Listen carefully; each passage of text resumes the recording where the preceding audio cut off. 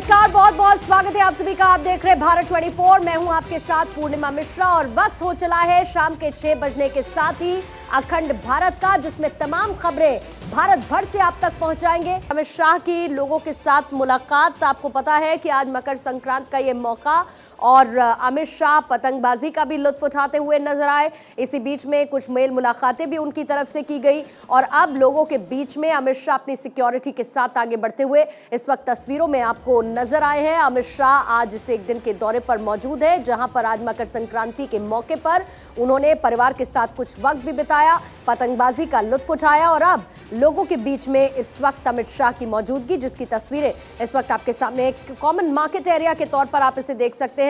और ये इस वक्त सन सिटी के सामने मौजूद अमित शाह लोगों का अभिवादन स्वीकार करते हुए, ये सन सिटी रेसिडेंसी है और देखिए कैसे लोग इंतजार अमित शाह से मिलने के लिए करते हुए नजर आ रहे हैं और अमित शाह भी इस मौके पर लोगों का अभिवादन स्वीकार कर रहे हैं, आगे बढ़ते हुए लोगों से मिलते हुए नजर आ रहे हैं। इस पूरी सोसाइटी में अगर पीछे तक आपकी नजर जाएगी तो लोग अपनी बालकनी में इस वक्त खड़े हुए हैं, जहां पर अमित शाह को देखने के लिए।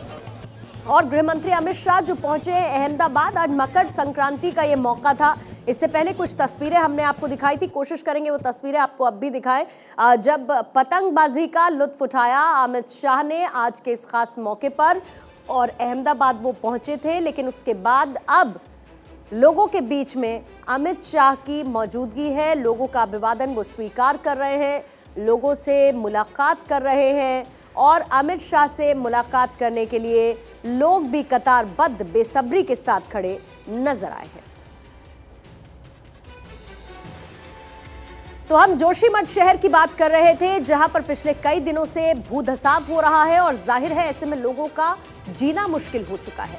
दरकते घरों की संख्या बढ़ती जा रही है, जो 760 के पास पहुंच चुकी है और इसी बीच जोशीमठ औली रोपवे के प्लेटफॉर्म पर दरारें आ गई हैं। इसी खतरे को देखते हुए रोपवे का संचालन बंद कर दिया गया है।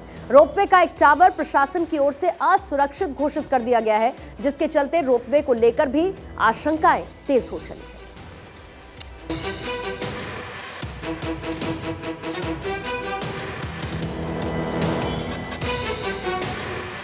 जोशीमठ को उत्तराखंड का काशी माना जाता है।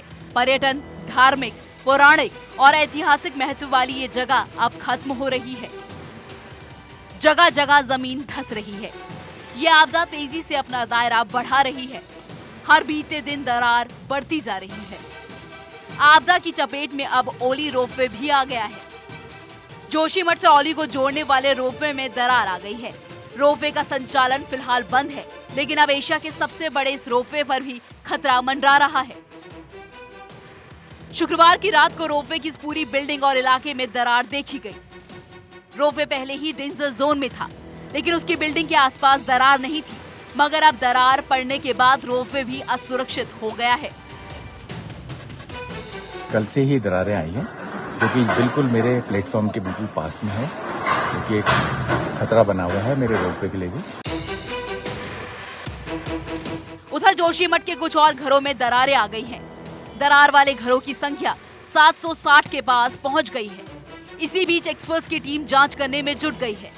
पर्यावरणविद और मौसम वैज्ञानिकों ने जोशीमठ पहुंचकर जांच की। एक्सपर्ट कमेटी ने दरारों को देखा, नापा और अपनी डायरी में तमाम बारीक बातें नोट कर ली। एनवायरमेंटल असेसमेंट में हम वो चीजें करते हैं, जैसे फिजिकल असेसमेंट है, जो हैजर्ड है उसका असेसमेंट हम करते हैं। साथ में जो है उसमें जो है हम वाटर क्वालिटी का भी अध्ययन करेंगे। डिफरेंट साइट से जो है पानी भी लेंगे और उनके सैंपल भी एनालाइज करेंगे। और जहाँ तक जो है बायोलॉजिकल का है, इकोलॉजी में ही, तो उसका बायोडाइवर्सिटी असेसमेंट भी हम कर रहे हैं कि कौन से प्लांट्स जो है कहाँ पर हैं, किस एल्टीट्यूडनल उसमें है। कल अगर सपोज हम इसको जो है अगर मैनेजमेंट प्लान की बात हम करते हैं तो वहाँ पर हम कौन से प्लांट सजेस्ट करेंगे, जिससे कि जो है जो रिचार्ज हो रहा है वो प्रॉपरली अंडरग्राउंड तक पहुंचे और सरफेस वाटर में कम से कम हो, जिससे डैमेज कम हो। लोगों के घरों में दरारें हैं, उन्हें दूसरी जगह शिफ्ट किया जा रहा है। मौसम की मार है, बारिश के साथ बर्फबारी हो रही है, सर्द रातें कपकपा रही हैं। इन सब के बीच लोग अपने सपनों के आशियाने को छोड़ने पर मजबूर हैं। 2 होटलों को तोड़ने का काम धीरे धीरे जारी है। कार्रवाई के तीसरे दिन भी होटल पर हथौड़ा चलाया गया। बिल्डिंग को इस तरह से तोड़ा जा रहा है कि आसपास की इमारतों को क्षति न पहुंचे। जोशीमठ में भूत साफ के चलते होटलों को तोड़ने की कार्रवाई का आज तीसरा दिन है और तस्वीरें लगातार आपकी टीवी स्क्रीन पर देखिए। ये होटल मलारी इन इस वक्त आप देख रहे हैं और इसके ठीक पीछे है द होटल माउंट व्यू। एक एक करके सारी चीजें यहाँ से निकाली जा रही है। द होटल मलारी की अगर आपको हम जानकारी दें तो आपको नजर आ रहा होगा कि ऊपर से छत फिलहाल निकाली गई है और धीरे धीरे इस बिल्डिंग को तोड़ा जाएगा ताकि आसपास के जो घर है उनको नुकसान ना हो, किसी तरह की परेशानियां वहां के लोगों को ना हो। जोशीमठ में लोगों के गम पर ब्रेक लगता नहीं दिख रहा। सर्द भरी रात और बर्फबारी के बीच लोग अपनी आशियाने को दरकते हुए देख रहे हैं। राज्य सरकार मरहम लगाने की जरूर कोशिशें कर रही है, मगर ये नाकाफी जान पड़ता है। सरकार की तरफ से लोगों को भले ही आश्वासन दे दिया गया हो कि 2 होटल के अलावा फिलहाल किसी पर भी हथौड़ा नहीं चलेगा, लेकिन उनके आशियाने में दरार पड़ गई है, रहने लायक नहीं है। जोशीमठ से लोगों का पलायन जारी है। प्रशासन लोगों को दूसरी जगह शिफ्ट कर रहा है। इस बीच चर्चा है कि इस पूरे शहर को एक जगह से दूसरी जगह शिफ्ट कर दिया जाएगा, यानी ये पूरा शहर दूसरी जगह रिलोकेट होगा। इसके लिए सर्वे का काम भी शुरू हो गया है। टिहरी को ऐसे ही बसाया गया है। टिहरी बांध बनने की वजह से शहर डूब गया था। इसके बाद नए शहर को बसाया गया।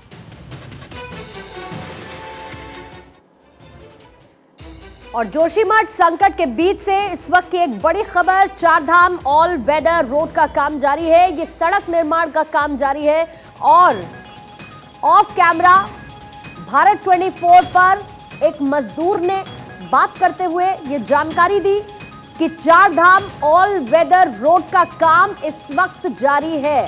सड़क निर्माण का काम इस वक्त भी चल रहा है। जोशीमठ में भूत साफ के चलते वहां की स्थिति बहुत ही ज्यादा गंभीर बनी हुई है और लोग वहां पर बहुत ही ज्यादा परेशान है। 2 प्रोजेक्ट पर लगातार सवाल खड़े हो रहे हैं। पहला एनटीपीसी और दूसरा Chardham all weather road. Bharat 24 के हाथ ये जानकारी लगी थी कि चारधाम ऑल वेदर रोड का काम अभी भी जारी है, जिसको लेकर ये बात कही जा रही थी कि ये फिलहाल बंद हो चुका है।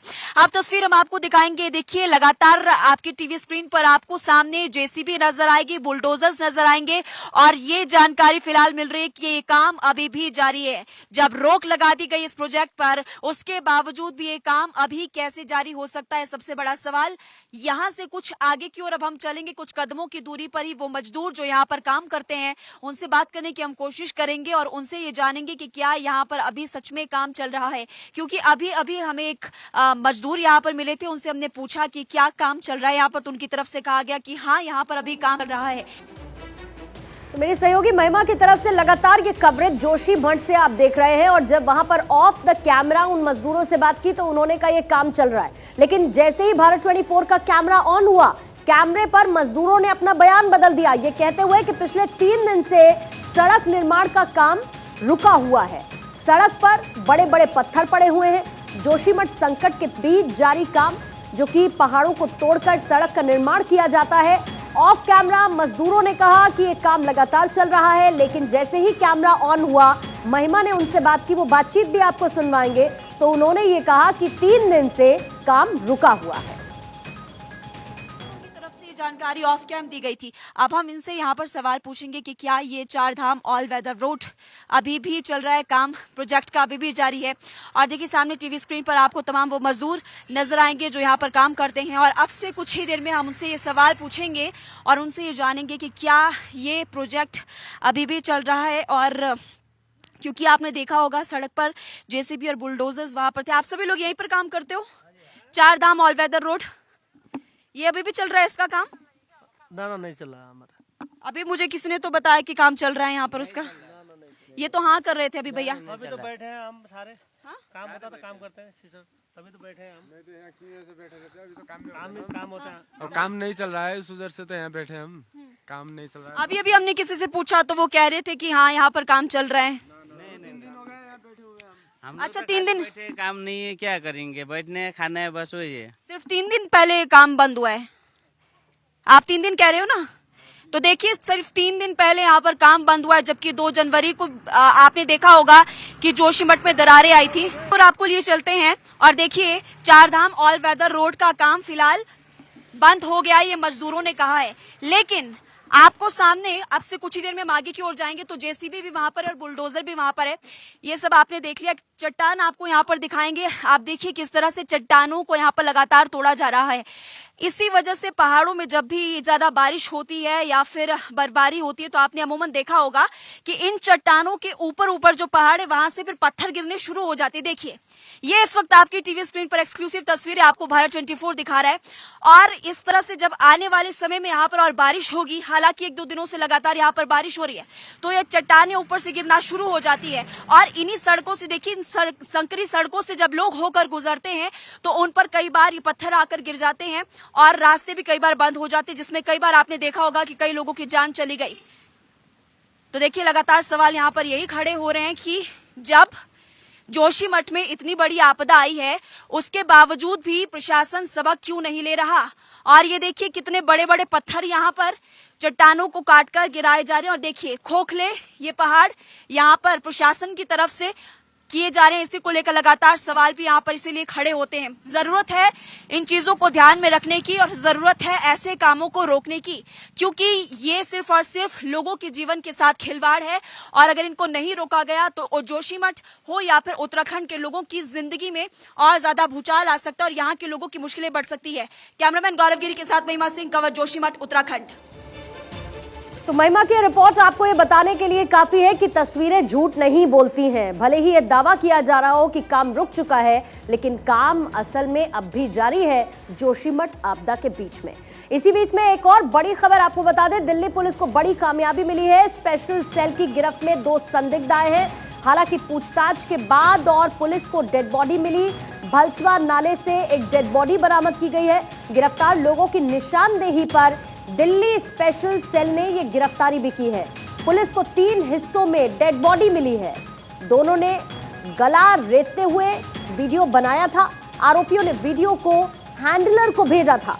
मारे गए शख्स की पहचान करने की कोशिश इस वक्त स्पेशल सेल की तरफ से की जा रही है। गिरफ्तार लोगों की निशानदेही पर 3 हिस्सों में इस डेड बॉडी को बरामद किया गया है। यह डेड बॉडी किसकी है, अभी ये पता लगाने की कोशिश की जा रही है। 2 संदिग्ध जिन्हें स्पेशल सेल ने गिरफ्त में लिया, उनसे पूछताछ में यह खुलासा हुआ। इस पर और ज्यादा जानकारी के लिए सीधा चलेंगे आनंद के पास। आनंद, 2 लोगों को गिरफ्तार किया गया, पूछताछ की गई, निशानदेही पर यह डेड बॉडी बरामद हुई है। जरा पूरा घटनाक्रम बताइए और पुलिस को क्या कुछ अभी जानकारी इस पूरे मामले को लेकर मिल पाई है।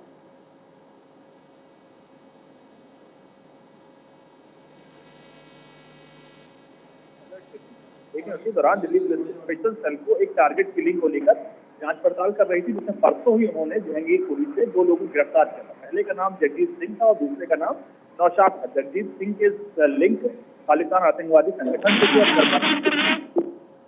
दूसरे की बात करें तो नौशाद था, जिसका पाकिस्तानी बेस्ड एजेंसी से संबंध था, जिसको पुलिस ने इन्वेस्टिगेशन के दौरान पूछताछ की गई तो उसमें पता लगा कि उनके घर पे 2 हैंड ग्रेनेड भी रखे हुए हैं, जिसको दिल्ली पुलिस आज सुबह उनको अपने घर लेकर आए थे और उन्होंने यूएपीए एक्ट के तहत मुकदमा दर्ज करके दोनों की पूछताछ कर रही थी। तो दौरान आज दोपहर में ही दिल्ली पुलिस की स्पेशल सेल इसको लेकर भलसवा नाले में गई, जहां पर 3 टुकड़ों में एक लाश मिली है, जिसकी इनकी निशानदेही पर इस लाश को बरामद किया गया है। पुलिस अब इस मामले में पूछताछ कर रही है कि ये किसकी लाश है और बताया जा रहा है कि इन दोनों आतंकवादियों ने इसके मर्डर करते हुए वीडियो बनाया था और अपने पाकिस्तानी बेस पैडलर को वो वीडियो भेजा था, जिसके बाद अब दिल्ली पुलिस इस मामले में आगे इन्वेस्टिगेशन कर रही है। कौन थे ये लोग जिन्होंने हैंड ग्रेनेड दिए और बाकी इनके स्नाइपर्स को लेकर लगातार पूछताछ कर रही है। शुक्रिया आनंद, इस खबर पर आप नजर बनाए रखिएगा, जानकारी आपसे लेते रहेंगे। फिलहाल इस पूरे मामले में पुलिस की तफ्तीश आगे बढ़ती हुई नजर आ रही है। दोनों आतंकवादी बताए जा रहे हैं जिन्होंने इस घटना को अंजाम देकर इसका पूरा वीडियो बनाया और अपने हैंडलर को भेजा। अगली खबर राजस्थान से है, जहां पर 2nd ग्रेड टीचर परीक्षा पेपर लीक केस में गहलोत सरकार का बड़ा एक्शन जारी है। जयपुर में अवैध कोचिंग सेंटर पर प्रशासन का बुलडोजर चला है। जेडीए प्रशासन ने इमारत को धराशायी कर दिया। सुरेश ढाका के बाद जेडीए ने भूपेंद्र सारण के घर पर बुलडोजर चलाया और घर को जमींदोज कर दिया।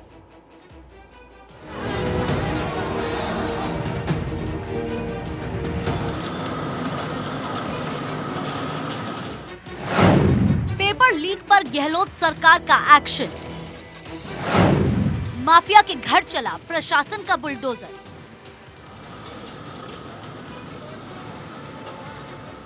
पेपर लीक गिरोह के खिलाफ अशोक गहलोत सरकार ने अपनी नीयत साफ कर दी। किसी भी आरोपी को बख्शा नहीं जाएगा, एक एक आरोपी को सबक सिखाया जाएगा।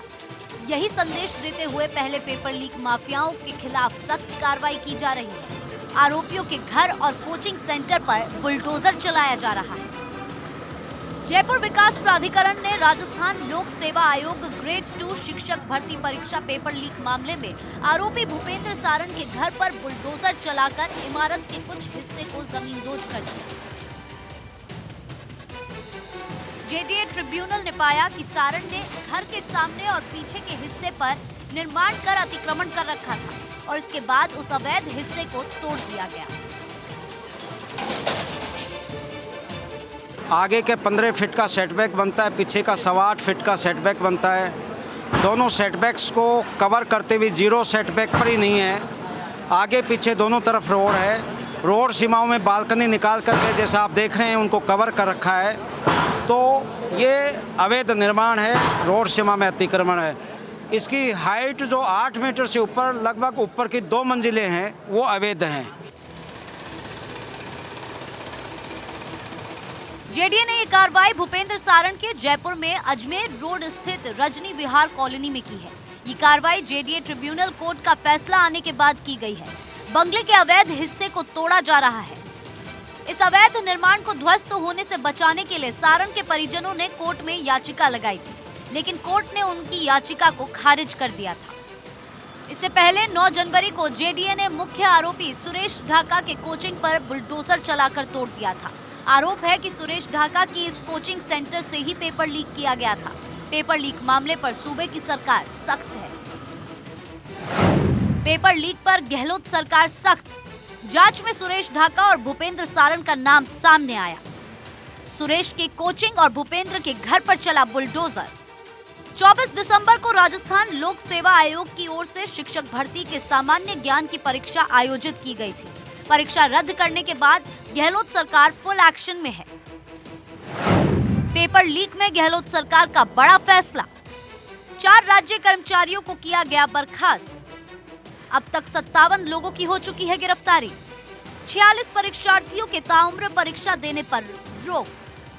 24 दिसंबर को मुख्यमंत्री अशोक गहलोत ने कहा था कि किसी भी आरोपी को बख्शा नहीं जाएगा और सरकार जिस तरह से कार्रवाई कर रही है, ऐसे में साफ है कि मुख्यमंत्री अशोक गहलोत ने पेपर लीक कांड को गंभीरता से लेकर चुनावी साल में आरोपियों के खिलाफ कड़ी कार्रवाई शुरू कर दी है।